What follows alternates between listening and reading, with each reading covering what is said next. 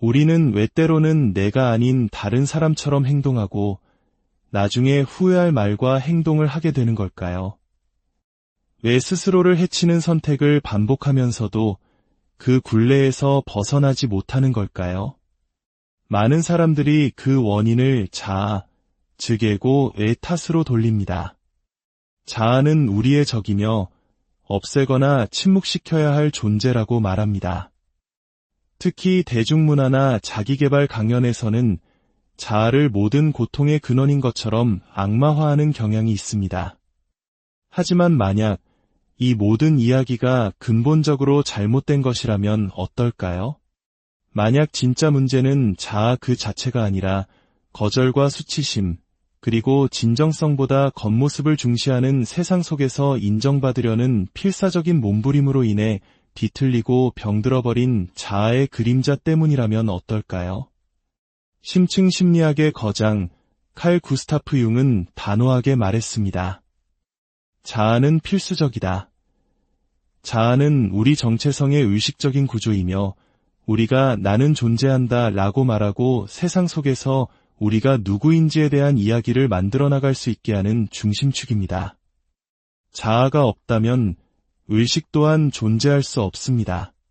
진짜 문제는 이 자아가 본래의 기능, 즉 더 깊은 내면의 중심인 자기의 대변인 역할을 멈추고 통제와 이미지, 그리고 외부의 인정에 집착하는 폭군으로 변질될 때 시작됩니다. 이 상태에 빠진 개인은 자신의 삶을 사는 것이 아닙니다. 그들은 다른 사람을 기쁘게 하고 사회에 적응하고 상처로부터 자신을 보호하기 위해 끊임없이 역할을 연기합니다.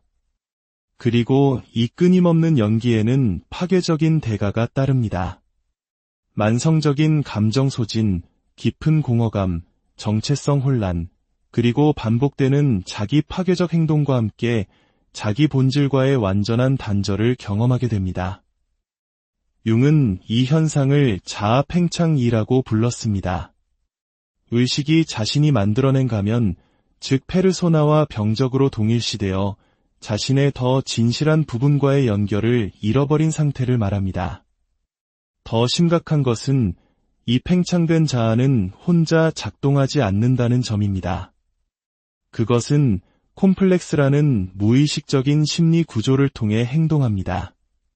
콤플렉스는 과거의 상처와 감정들로 가득 찬 에너지 덩어리로 특정 상황에서 우리의 인격을 장악해버립니다.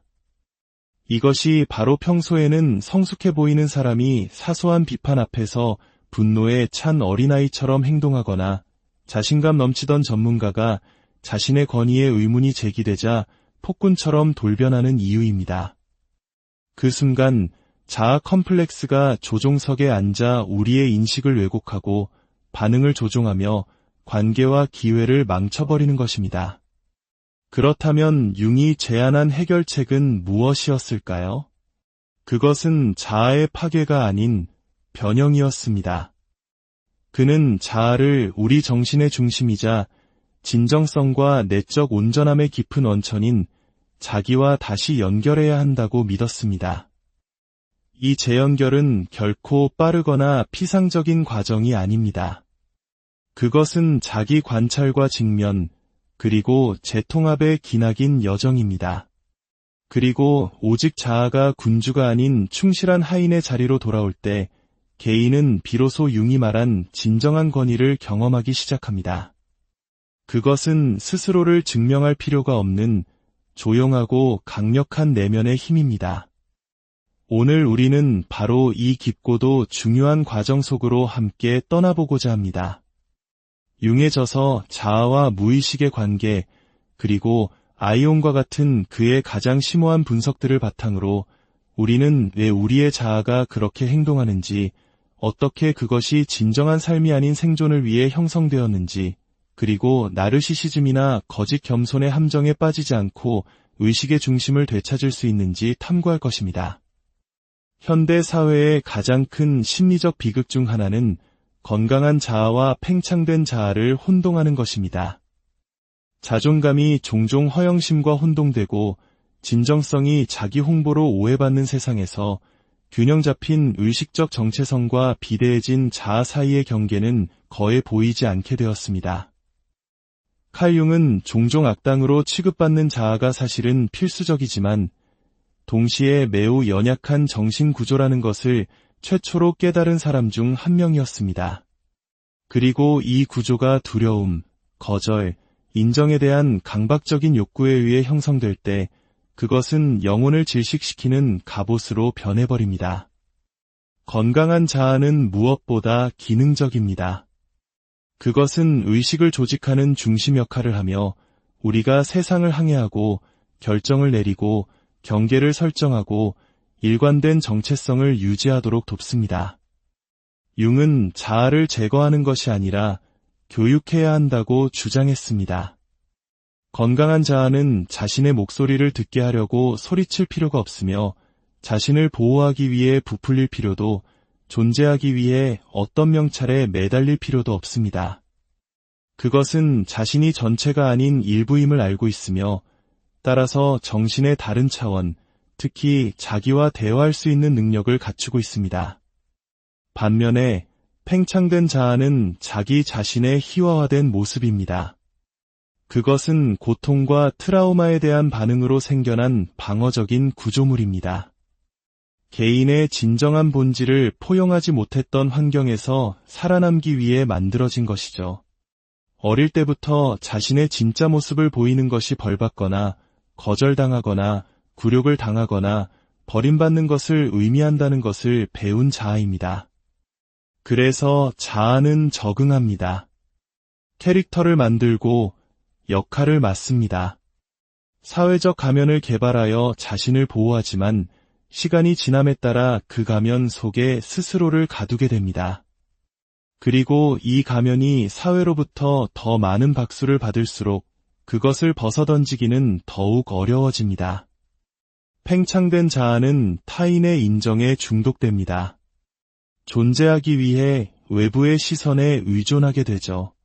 그 존재의 이유는 성공하고 존경받고 지적이고 흠잡을 데 없는 이상적인 이미지를 유지하는 것을 중심으로 돌아갑니다.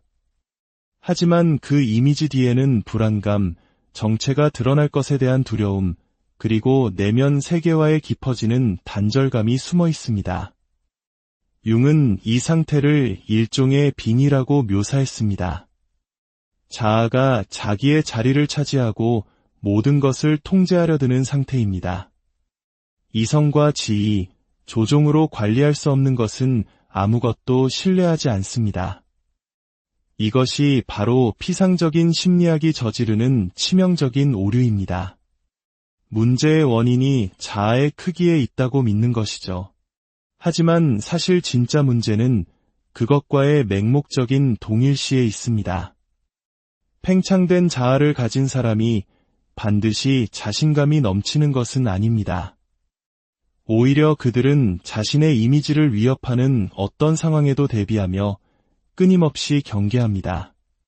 그리고 아무리 작은 비판이나 거절, 실패라도 그것은 실존적인 붕괴로 느껴집니다. 왜냐하면 팽창된 자아는 실패를 용납하지 않고 불완전함을 견디지 못하며 완벽해야만 하기 때문입니다. 그렇지 않으면 무너져 내립니다. 반면에 건강한 자아는 모호함을 견딜 수 있습니다. 파괴되었다고 느끼지 않으면서 자신의 한계를 인정할 수 있고 스스로를 비웃을 줄도 알며 생각을 바꿀 수도 자신이 틀렸음을 인정할 수도 있습니다. 왜냐하면 그 정체성이 이상에 붙어 있는 것이 아니라 더 깊고 안정적인 것, 즉 자기에 연결되어 있기 때문입니다. 만약 마음의 깊이를 탐구하는 이 여정이 당신에게 의미 있게 다가온다면 채널을 구독하고 지지해 주시는 것은 저희가 이 탐험을 계속해 나갈 수 있는 큰 힘이 됩니다. 여러분의 관심이 더 깊은 통찰을 나누는 원동력이 됩니다. 자신의 자아에 의해 빙의될 수 있다는 생각은 언뜻 들으면 터무니없게 들릴 수 있습니다. 결국 세상의 자극에 자동적으로 반응하는 나가 아니라면 나는 도대체 누구란 말일까요? 하지만 융에게 있어 이 질문이야말로 문제의 핵심을 드러냅니다. 자아는 본래 인간 정신 구조의 일부, 즉 내면 세계와 외부 세계를 잇는 다리이자 의식의 인터페이스로 고안되었습니다. 그러나 이 자아가 사회적 역할, 환경의 기대, 인정에 대한 갈망과 완전히 동일시될 때 그것은 더 이상 중재자가 아닌 독재자로 변모합니다. 이 상태에서는 당신이 자아를 가진 것이 아니라 자아가 당신을 소유하게 됩니다. 이것이 바로 융이 자아빙이라고 부른 상태입니다. 의식이 스스로 만들어낸 이미지에 너무나 깊이 몰두한 나머지 연기가 어디서 끝나고 실제 존재가 어디서 시작되는지 더 이상 구별할 수 없게 된 상태입니다. 그 사람은 더 이상 살고 있는 것이 아닙니다. 그저 외관을 유지하고 있을 뿐입니다. 그리고 이 유지에 성공적일수록 자신의 감옥을 인식하기는 더욱 어려워집니다. 겉으로 보기에는 직업, 소셜미디어, 인간관계 등 모든 것이 잘 돌아가는 것처럼 보이기 때문입니다. 하지만 내면에서는 불편한 침묵과 함께 무언가 본질적인 것과의 단절감이 팽배합니다. 자아빙의는 완벽한 감옥입니다. 창살도, 자물쇠도, 간수도 없습니다. 당신을 가두는 것은 바로 당신이 사랑받고, 인정받고, 존재의 가치를 얻기 위해 지켜야 한다고 믿는 바로 그 이미지입니다. 그리고 이 감옥은 외부의 힘이 아니라 그것과의 자기 동일시에 의해 유지됩니다. 당신은 사랑받고 받아들여지고 가치 있게 여겨지기 위해 되어야만 한다고 배운 존재가 되었습니다. 문제는 이미지가 되기 위해 당신 자신의 많은 부분을 포기해야 했다는 것입니다. 당신의 연약함, 진정한 욕망, 자발적인 창의성, 그리고 불완전한 인간성을 말입니다. 빙의된 자아는 끊임없는 경계를 먹고 삽니다. 당신이 다른 사람에게 어떻게 인식되는지, 당신이 전달하고 있는 이야기가 무엇인지 항상 의식하도록 요구합니다. 이것은 엄청난 양의 정신 에너지를 소모하며 그 결과는 육체적, 감정적, 실존적인 만성 피로로 나타납니다. 하룻밤 잠으로 해결되는 그런 피로가 아니라 당신 정신의 생명 중심과의 단절에서 비롯되는 깊은 피로입니다. 융이 자아와 무의식의 관계에서 썼듯이 자아의 팽창은 항상 무의식과의 접촉 상실을 동반합니다. 자아는 마치 자신이 전체인 것처럼 확장되고 그로 인해 자기와의 연결을 끊어버립니다. 이 단절이 진정한 위험입니다. 왜냐하면 자기로부터 단절된 자아는 내면의 나침반을 잃어버리기 때문입니다. 그것은 자동 조종 모드로 작동하기 시작하며 자신의 이미지를 위협하는 어떤 것에도 강박적으로 반응합니다. 비판은 인신공격이 되고 실패는 비극이 되며 다른 의견은 모욕이 됩니다. 빙의된 자아는 항상 전쟁 중입니다. 결코 실제한 적 없는 이상적인 자아를 보호하기 위한 보이지 않는 전쟁 말입니다. 가장 아이러니한 것은 이미지를 통제하기 위해 그토록 애쓰는 이 자아가 바로 우리를 더 취약하게 만든다는 사실입니다. 지적인 사람, 성공한 사람, 영적인 사람, 강한 사람과 같은 고정된 역할과 자신을 더 동일시할수록 그 이야기를 뒤흔드는 어떤 것에도 더욱 취약해지기 때문입니다. 그리고 작은 균열 하나하나가 실존적인 위협으로 경험됩니다. 공격받는 것은 진정한 자기가 아닙니다. 그것은 가면입니다. 하지만 당신이 가면을 쓰고 있다는 사실을 잊었기 때문에 그 고통은 너무나도 현실적입니다. 사소한 비판에 마치 당신의 정체성 전체가 의심받는 것처럼 과민하게 반응해 본 적이 있습니까? 혹은 특정 상황에서 당신은 사라지고 더 불안하거나 공격적이거나 순종적인 당신의 다른 버전이 행동을 장악하는 것을 알아차린 적은 없나요? 그런 순간에 당신은 아마 이렇게 생각했을지도 모릅니다. 내가 왜 그랬는지 모르겠어. 사실 당신을 덮쳤던 그것에는 이름이 있습니다. 융은 그것을 자아 콤플렉스라고 불렀습니다. 콤플렉스는 통합되지 않은 감정적 경험들로 형성된 자율적인 하위 인격체입니다. 그것들은 무의식적이지만 에너지와 목적, 심지어 일종의 정체성까지 가진 당신 정신의 조각들입니다.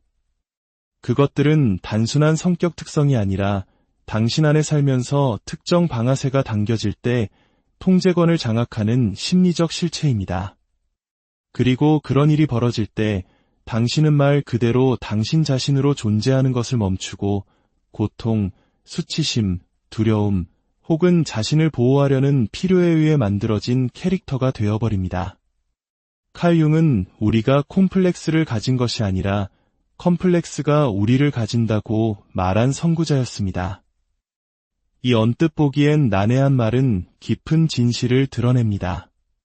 당신은 평생 자신이 안정적이고 이성적인 사람이라고 믿으며 살아갈 수 있지만 실제로는 당신 자신의 정신에서 분리된 조각들에 의해 조종당하고 있을 수 있다는 것입니다. 그리고 팽창되었거나 제대로 구조화되지 않은 자아는 이 콤플렉스들이 저항 없이 활동할 수 있는 완벽한 토양이 됩니다. 비판을 받을 때 불균형적인 분노로 반응하는 사람을 상상해 보십시오. 그것은 건강한 자아가 반응하는 것이 아니라 활성화된 열등감 콤플렉스입니다. 아마도 어린 시절 비판받는 것이 거절당하고 굴욕당하고 배척당하는 것을 의미한다고 배웠던 오래된 상처일 것입니다. 콤플렉스는 숨겨진 소프트웨어처럼 작동하여 자동적이고 반복적이며 격렬한 반응을 명령합니다. 그리고 최악인 것은 그것이 억압될수록 더욱 강력해진다는 것입니다. 무의식은 사라지지 않고 단지 나타날 적절한 순간을 기다릴 뿐이기 때문입니다. 또 다른 흔한 예로 직장에서는 매우 유능하지만 승진을 앞두고 스스로를 망치는 사람이 있습니다. 이 경우 콤플렉스는 무의식적인 무가치함에 대한 믿음이나 정체가 탄로나고 실패할 것에 대한 두려움에서 비롯될 수 있습니다. 이러한 패턴들은 종종 충격적이었지만 제대로 이해되거나 감정적으로 처리되지 못했던 중요한 경험들에서 비롯됩니다. 그리고 자아는 이러한 경험들을 통합하는 대신 억압하는 것을 선호합니다. 그 결과 콤플렉스는 어둠 속에서 더욱 강해집니다. 융에게 있어 핵심은 이 콤플렉스들을 파괴하는 것이 아니라 빛으로 가져오는 것이었습니다. 그들의 나타남을 관찰하고 방아쇠를 인식하며 특정 순간에 당신의 마음을 지배하는 내면의 목소리에 이름을 붙여주는 것입니다. 오직 이러한 자각을 통해서만 이 부분들을 재통합하고 무의식적인 힘에 맞서 자아의 자율성을 회복하는 것이 가능해집니다. 자기 파괴는 성격적 결함이 아닙니다. 그것은 게으름이나 규율 부족, 낮은 자존감 때문도 아닙니다. 사실 자기 파괴는 통제권을 필사적으로 유지하려는 자아가 개발한 정교한 심리적 전략입니다. 비록 그 통제가 당신의 행복과 성장, 그리고 진정한 잠재력을 희생시킬지라도 말입니다. 이를 이해하기 위해 우리는 자아의 본래 기능, 즉 의식의 온전함을 보호하는 역할로 돌아가야 합니다. 자아는 당신을 행복하게 만들기 위해서가 아니라 당신의 생존을 보장하기 위해 태어났습니다. 위험을 예측하고 거절을 피하며 기대에 부응하는 법을 배웠습니다. 그리고 역기능적인 가정이나 억압적인 교육 시스템, 혹은 진정성을 벌하는 사회와 같은 적대적인 환경에서 이 자아는 경직되고 방어적이며 편집증적으로 변합니다. 그것은 취약성을 위협으로, 변화를 위험으로, 성장을 위협으로 혼동하기 시작합니다. 그래서 당신이 자유로워지려고 할 때조차 방해하는 것은 바로 자아 자신입니다. 사랑하는 프로젝트를 시작하기로 결심하면 갑자기 미루게 됩니다. 건강한 관계를 만들려고 하면 감정적으로 문을 닫아버립니다. 성장의 기회를 얻으면 설명할 수 없는 두려움을 느낍니다. 이것은 불운이나 우연이 아닙니다. 자아가 당신을 익숙한 영역에 머물게 하려는 시도입니다. 왜냐하면 새롭고 미지의 진정한 것은 그것이 수년간 구축해온 이미지를 위협하기 때문입니다. 만약 당신이 인정받기 위해 다른 사람들을 기쁘게 하려고 평생을 살아왔다면 당신의 자아는 착하고 도움이 되며 대하기 쉬운 사람이라는 이미지 주위에 구축되었습니다.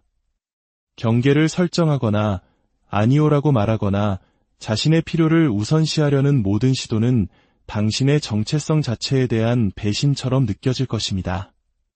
그 결과는 어떨까요?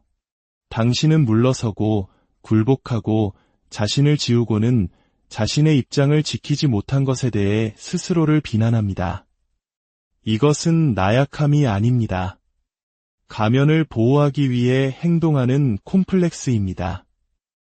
이 순환을 깨는 방법은 무력으로 맞서는 것이 아닙니다.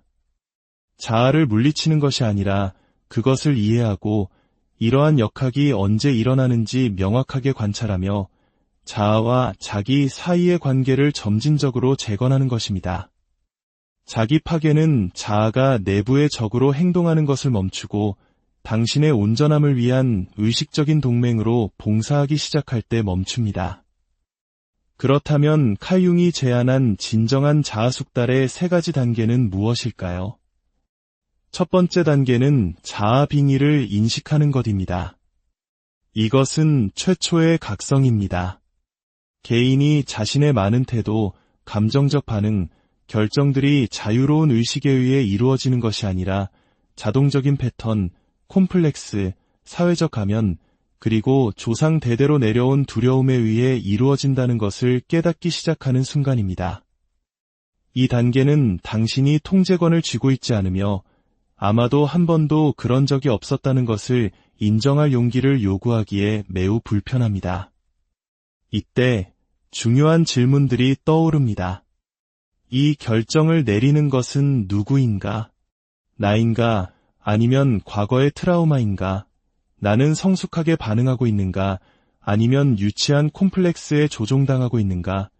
이런 종류의 자기 질문은 자아의 환상을 붕괴시키기 시작합니다. 두 번째 단계는 동일시하지 않고 관찰하는 것입니다. 이것이 전환점입니다. 작동하는 콤플렉스를 인식했다면 다음 단계는 그것들과 합쳐지지 않고 이러한 내면의 움직임을 목격하는 능력을 개발하는 것입니다. 나는 화가 난다라고 말하는 대신 지금 내 안에 분노가 있다라고 말하기 시작합니다. 나는 실패자야라고 단정하는 대신 이것이 단지 하나의 생각일 뿐이며 종종 물려받고 조건화되었으며 심지어 사실이 아닐 수도 있다는 것을 봅니다.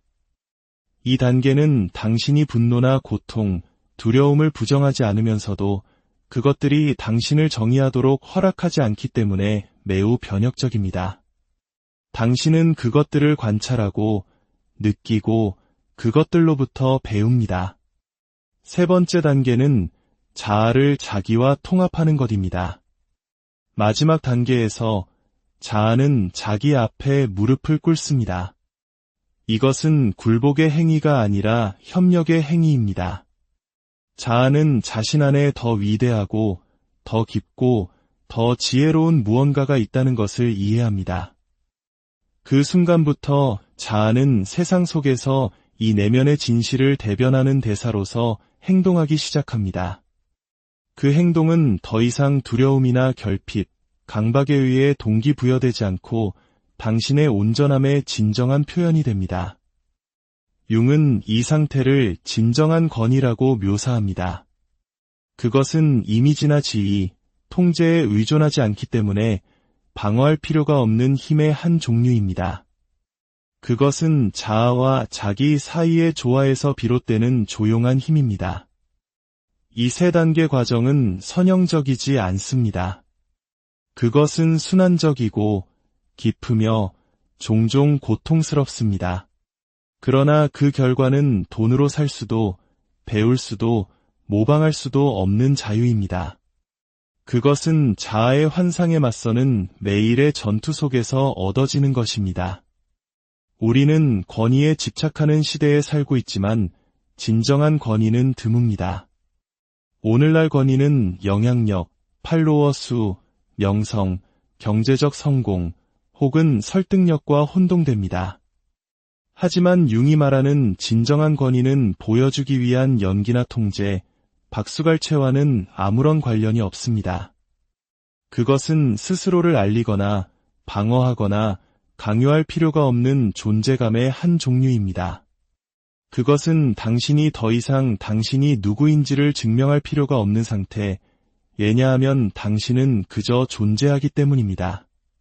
그것은 내면의 나침반에 따라 인도받는 삶이며 생존 메커니즘이 아닌 진정한 자기로부터 비롯되는 삶입니다. 그리고 이 진정한 권위의 탄생은 우리 각자가 떠날 수 있는 가장 가치 있는 여정의 최종 목적지입니다. 당신의 내면에서 그 조용한 힘을 발견하고 진정한 당신으로서 살아가는 삶을 시작하시